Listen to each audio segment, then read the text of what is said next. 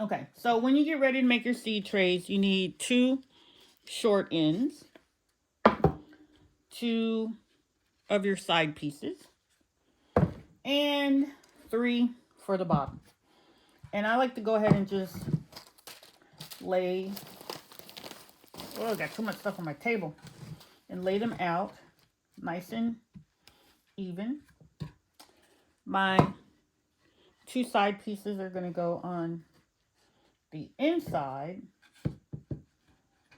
and the edges go to the outside.